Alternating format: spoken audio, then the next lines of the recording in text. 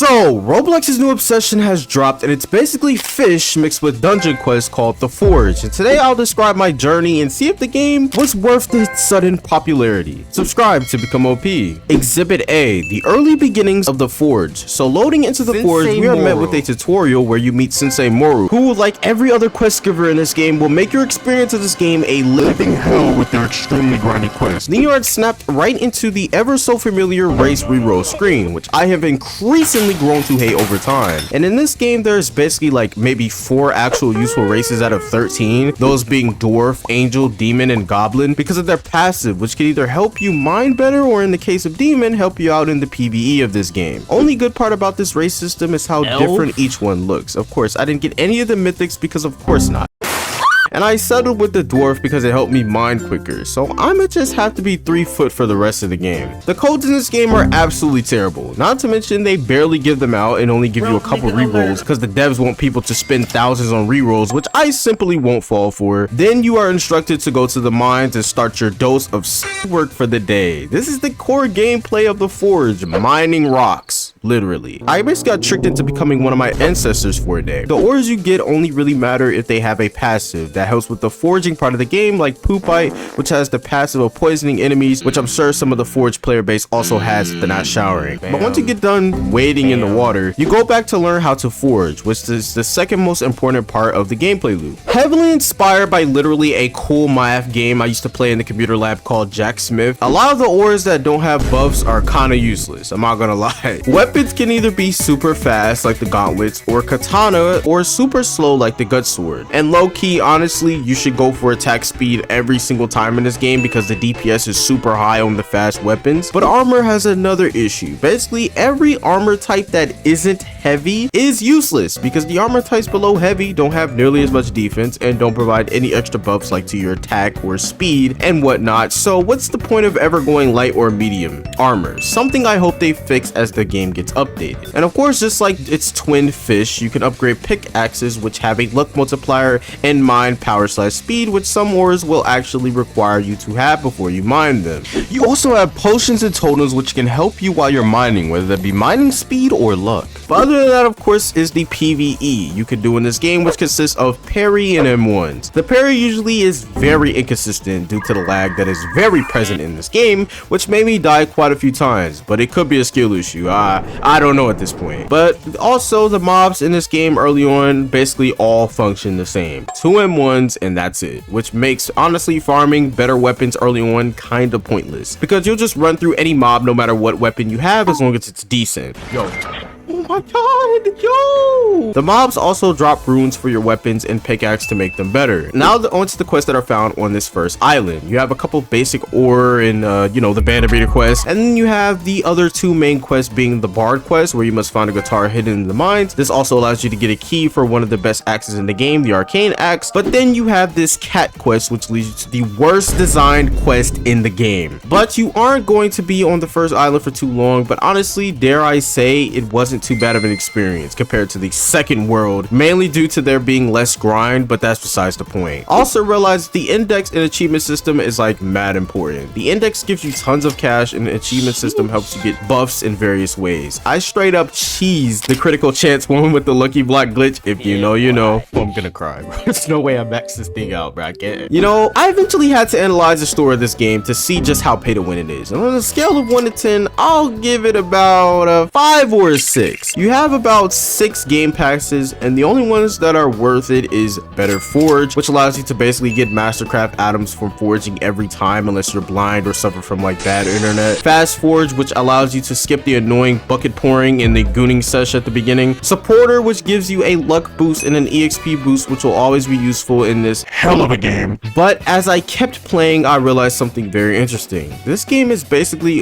an RNG game disguised as an RPG because literally everything in this game is RNG based. The ores you mine, the type of weapons and armor you craft, the entire race system, hell, even the runes and enhancement stuff is all off RNG. Not saying it's necessarily bad because Souls RNG and Fish wish they could be even close to this exciting to play. It's probably the best RNG game out right now, which isn't really an accomplishment now that I'm thinking about it. Exhibit B, the hellish grind of The Forge. Now, World 2 is the part of the game that will really test your patience for games like these because the grind that you will take part of will actually make you lose your mind if you hate grindy games. It also feels like the developers put majority of the content in World 2 instead of balancing out between both World 1 and World 2, which I think would have been a better choice, honestly. And yes, I understand the game says beta, but let's be real, developers only put that there so they can evade all criticism and hide behind the game being unfinished, but once you add microtransactions and make your game public, that excuse goes out of the window in my opinion. But World 2 starts out with you talking to the slave master, I mean Sensei Moro,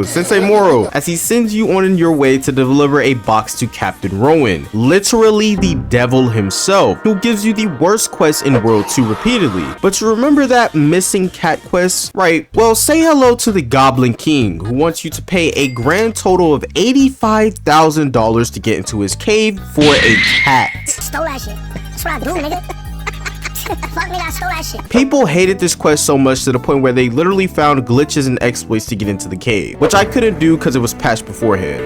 And in the cave itself had basically no good ore in it. Not to mention the cat quest only gives you 20k back, literally the worst possible designed quest in the game. What were the developers honestly thinking? But other than that quest, we have the guy who tells you his whole life story and then wants a health potion 1 specifically. This bounty hunter who wants you to eradicate the skeletons in the ruined cave mine. Then you have the demonic pickaxe quest, which is on the same tier as the arcane pickaxe. But essentially 90% of World 2 grind is exactly that. You mine until you get full inventory, you fill up your index, and then you go to the forge and just craft heavy armor to sell in order to unlock the necessary pickaxes for progression, and then rinse and repeat until you are finally able to get the arcane pickaxe back in World 1. Now World 2 is 100% where the game starts to show 90% of its flaws, especially in terms of the uninspired quests, if you can even call them that. Every time you complete one task, another one pops up and it's even more grindy. Like even a fetch quest or storyline or two would have been more interesting than this, since this game is supposedly also an RPG. Another big problem is the actual mobs themselves, which are basically nothing but training dummies or actually give you a challenge, which basically makes trading stronger weapons pointless until you get to the volcanic area. You also have these skeletons who run around with a bomb strapped to them who try to literally almost one-shot you, which I've died to them many times. The mobs in this area, however, do drop bonite, which is just another useless rare ore for the index. But as you are mining, the key to being as efficient of a worker as possible is finding 2 or 3 rocks close to each other and then mining them at the same time. There's basically like a couple good areas for this throughout the ruined mine. You will cycle through this for hours, leading to immense boredom because you can't even AFK due to the fact that the enemies also spawn in those same areas, so you are forced to endure this painful grind. Man, this game literally sounds like torture the way I'm describing it. I mean, I literally started to lose my mind about halfway through the grinding. Okay. Dark skin girls, you can put it in my video. Thick girls, you can put it in my video.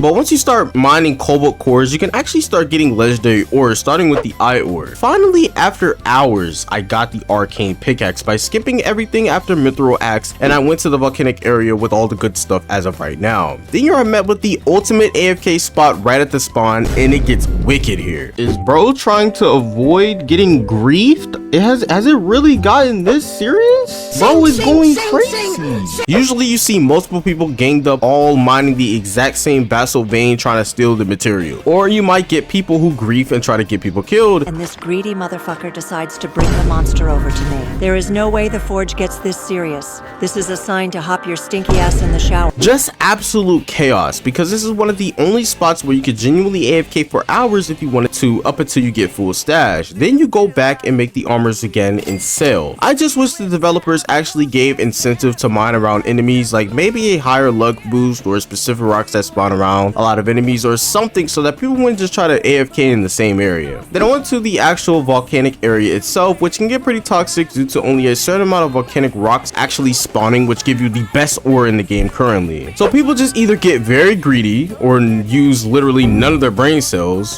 not like they had any to begin with, and mine bad ore rocks that causes them to take forever to respawn. Because the method is to crack the rock until it gets to like 1.3k health, look inside, then dip and wait for it to respawn fully grown. Kind of like some fathers in the world actually. But the biggest menaces down here, and probably the only good mob, is the Reapers, because they actually pose sort of a challenge if you can't parry. But they are fun to fight. Who would have thought 15 hours in the devs would actually add a well-designed enemy? The other mobs down here are reskin skeletons and a lava slime. Why is bro down here with this weak sword? Look at him. He's about to die.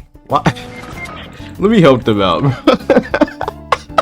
He actually died. There's also this new mage skeleton enemy that was added, but he's also super easy to defeat. Oh my, that's so lame. Exploiters also run rampant in World 2, but it's basically a guarantee with grindy games like this that have a weak anti-cheat. But once you suffer through the volcanic grind, you can finally get the good armors and weapons. I got gauntlets that literally explode, and then the armor is black and the chest plate is see-through. The coolest part about the armor and weapon crafting system is the actual look of them. They do genuinely look pretty cool. But one of the coolest parts about all this is being able to run through all the mobs in World 2 by the end of your grind, because it actually kind of makes all of this worth it. But I don't think I could take this type of grind forever. Seriously, we need some new quests. Exhibit C, the future for the Forge. As long as the Forge developers don't sell to do big, I think this game has a chance of surviving more than 3 months. But it's up to Fire Attack to see if this really is the passion project he so desperately claims it is. They want to add PvP to this game, and let me tell you, the combat needs a complete rework for PvP to even work in this game. I can't even imagine how PvP would be in this game right now without a combat rework. Fast attack speed weapons will rule the game because the combat in this game will heavily favor them. The parry system isn't good enough to fit the PvP. They need to go for something like Deep Woken instead of Blades of Chance level combat. But as far as what's actually being added to the game, it honestly looks pretty solid. It's a winter themed map with bosses confirmed, and then you have these ice spider models and animations which look good honestly. And then you of course have the spear weapon being added, which looks like it'll actually be good. The biggest issue this game might have is power creep, because what RNG type game doesn't have it at this point? With every update comes more and more grind that makes what you grinded for before pointless. I just hope this game doesn't follow that same path, because I will actually quit it. But overall, I'll give the Forge a solid 7 out of 10, and it absolutely smashes all of the games around it. But as I say in every video, if you guys enjoyed this video and like some more content like this one, don't forget to subscribe, and I'll see you guys in the next video. Peace.